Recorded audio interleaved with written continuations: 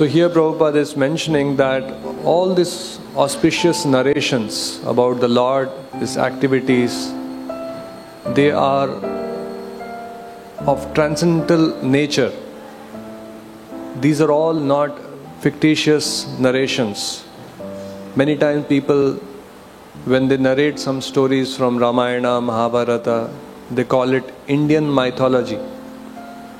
Many who truly study the Vedas or even Ramayana, Mahabharata actually may have an element of faithlessness where they believe that these are all mythology stories. No doubt they have important lessons, a lot of wisdom.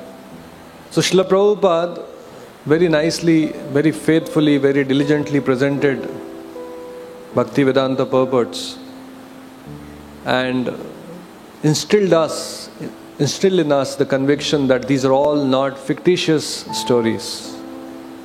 Bhagavatam is actually talking about the things which have happened in the past, actually happened.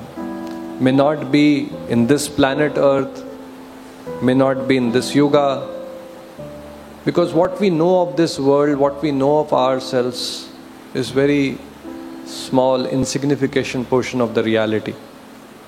So if a person is humble, understands his true position, understands that life exists in all the planets, there are many, many Brahmandas. This universe is not all in all. There is a spiritual world, there is a material world. Understanding we get is our universe is just like a small mustard seed in a bag of mustard seeds. And these are all material universes, which is 1/4 of the Lord's creation. So we are in that universe, one small, insignificant. In that universe we have billions of galaxies. And the Milky Way, one galaxy in which we are part of, it's huge. Millions of stars, each of them having a family of planets. So how small, insignificant we are, how arrogant we could be to say that all these are all, life exists only here. We know about this world. We hardly know about our body, how it functions. Yesterday I was studying about, it was described in the camp which we attended, about the human digestive system. It's so complex, so complex. The way, the moment we put the food in the mouth, till it finally we evacuate, it's so complex, so many processes happening in different parts of the digestive system. So it's not just come on its own. There is Lord, He is a reality. He has designed this world for a purpose. He has designed us. We have come in this world for a purpose. So Prabhupada mentions that when the Lord comes in this material world, He enacts various pastimes, a narrative history which is transcendental as Himself. So when we hear about the Lord and His pastimes and His activities, we also rise above the modes, because the nature of these activities are transcendental. They have the potency, they have the power to purify us and uplift us. We are soaked, we are entrapped in the lower modes, the modes of material nature, which is binding us to this material world.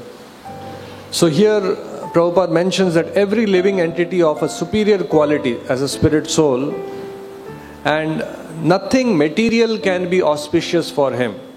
In this material world we have our own concoction. This is auspicious, this is inauspicious, this is good, this is bad.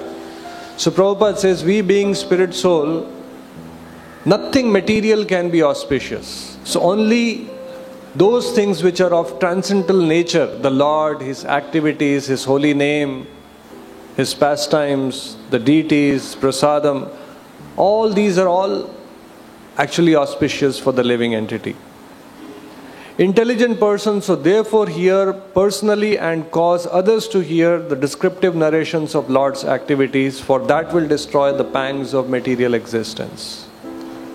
Out of His causeless mercy only the Lord comes to this earth and leaves behind His merciful activities so that the devotees may derive transcendental benefit.